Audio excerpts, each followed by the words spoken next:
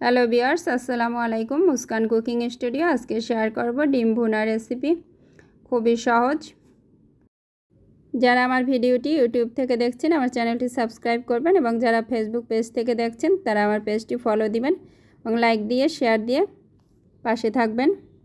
ডিম ভুনা তৈরি করে নিব। ডিম ভুনা তৈরির জন্য প্রথমে আমার দরকার হবে এখানে ডিমের। এখানে আমি 12টি ডিম নিয়েছি। ডিমগুলো পানির ভিতরে চুলায় সিদ্ধ বসিয়ে দিয়েছি। ডিম সিদ্ধ করার সময় খোসা থেকে যাতে ডিমগুলো খুব সহজে ছাড়ানো যায় সেজন্য ডিমের ভিতর 1 চামচ লবণ দিয়ে দিবেন। ডিম সিদ্ধ হয়ে গেলে আমি এগুলো খোসা ছাড়িয়ে নিয়েছি খুব সুন্দর করে। পর্যায়ে ডিমের একটু খোসা নিয়েছি, এটা দিয়ে ডিমের ভিতর একটু দাগ কেটে নিব। এটা আপনি ছুরির সাহায্যে করতে পারেন। তো সবগুলো ডিম এক এক করে এভাবে নিয়েছি। কিভাবে করছি দেখতেই পাচ্ছেন। এখন চুলায় একটা প্যান বসিয়ে দিয়েছি। এখান দিয়ে দিব 3/4 কাপ তেল।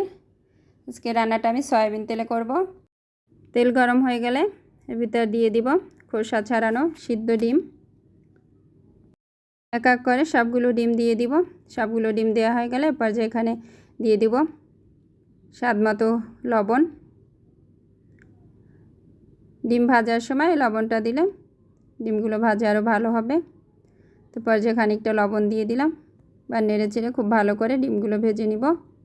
এখন এখানে দিয়ে দিলাম কালারের জন্য এখানে 1 চা চামচ হলুদ গুঁড়া দিয়ে দিলাম। হলুদ এবং লবণ দিয়ে খুব ভালো করে ডিমগুলো ভেজে নিব। মিডিয়াম লো ফ্লেমে রেখে 3 থেকে 4 মিনিটের মতো ডিমগুলো এভাবে নেড়ে চেড়ে ভেজে নিব। ভাজা কমপ্লিট। পর্যায়ে চুলা থেকে নামিয়ে নিব এক এক করে।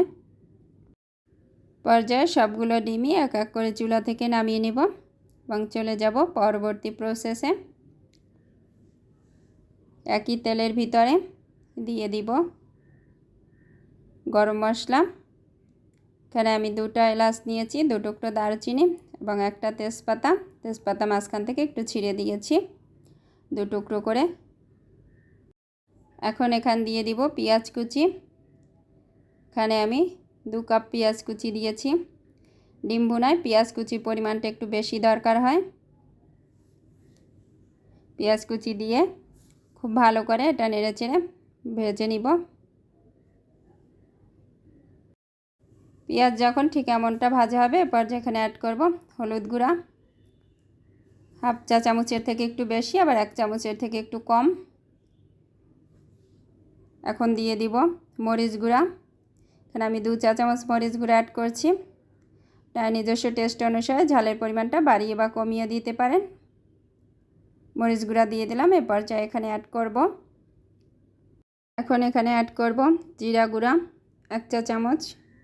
পর্যায়ে সবগুলো মশলা এক করে একটু ভেজে নেব কয়েক সেকেন্ডের জন্য। ভাজা হয়ে গেলে পর্যায়ে এখানে অ্যাড করব আদা রসুন বাটা। এখানে আমি আদা বাটা নিয়েছি 1 টেবিল চামচ এবং রসুন বাটা দিচ্ছি 1 চা চামচ। আদা রসুন বাটা দিয়ে আবার মশলাটা একটু ভেজে নিতে হবে। পর্যায়ে 1 মিনিটের মতো ভাজবো তেল এবং মশলা সব কিছু একসাথে। ভাজা হয়ে গেলে এখন দিয়ে দিব খানিকটা পানি। পানিটা দিয়ে মশলাটা খুব ভালো করে কষিয়ে নিতে হবে চুলার আঁচটা মিডিয়াম লো ফ্লেমে রেখে। যখন মশলা থেকে তেল ছেড়ে দিবে ঠিক এই পর্যায়ে এর ভিতর দিয়ে দিবে আগে থেকে ভেজে রাখা ডিম। ডিম দেওয়ার পরে মশলার সাথে খুব ভালো করে এটা কষিয়ে নিব 2 থেকে 3 মিনিটের মতো। নেড়ে চেড়ে আস্তে আস্তে এটা কষিয়ে নিতে হবে। মশলা কষানো কমপ্লিট হয়ে গেলে পর্যায়ে এখান দিয়ে দেবো 1 কাপের মতো পানি। পানিটা দিয়ে এটা রান্না করে নেবে। সব কিছু নেড়ে চেড়ে একটু মিশিয়ে দিতে হবে। রান্না কমপ্লিট হওয়া অবধি এটা চুলায় জাল করে নিব। পানি শুকিয়ে এলে আবারও এটা নেড়ে চেড়ে মিশিয়ে দিব সব কিছু খুব ভালো করে। চাইলে এই পর্যায়ে আপনি ধনিয়া পাতা কুচি অ্যাড করতে পারেন। এখন এখানে অ্যাড করব কাঁচামরিচ। এখানে আমি 7-8টা কাঁচামরিচ মাঝখান থেকে ছিঁড়ে নিয়েছি, এটা দিয়ে দিব। কাঁচামরিচ কুচি দিয়ে আবারও একটু সব কিছু মিশিয়ে দিব।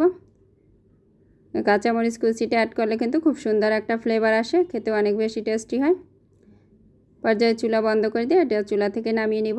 এটা গরম গরম ভাত কিংবা পোলাওর সাথে পরিবেশন করতে পারেন। খেতে অসাধারণ হয়েছে, ট্রাই করবেন। পর্যায়ে এটা সার্ভ করে নিচ্ছি। ভিডিওগুলো বেশি বেশি শেয়ার করবেন। ফাইনালি তৈরি হয়ে গেল ডিম বোনা। আমি এটা সাদা ভাতের সাথে পরিবেশন করেছি। আজকের মতো বিদায় নিচ্ছি, ফিরে আসবো নতুন কোনো ভিডিও নিয়ে। সে পর্যন্ত সবাই ভালো থাকবেন। আল্লাহ হাফেজ।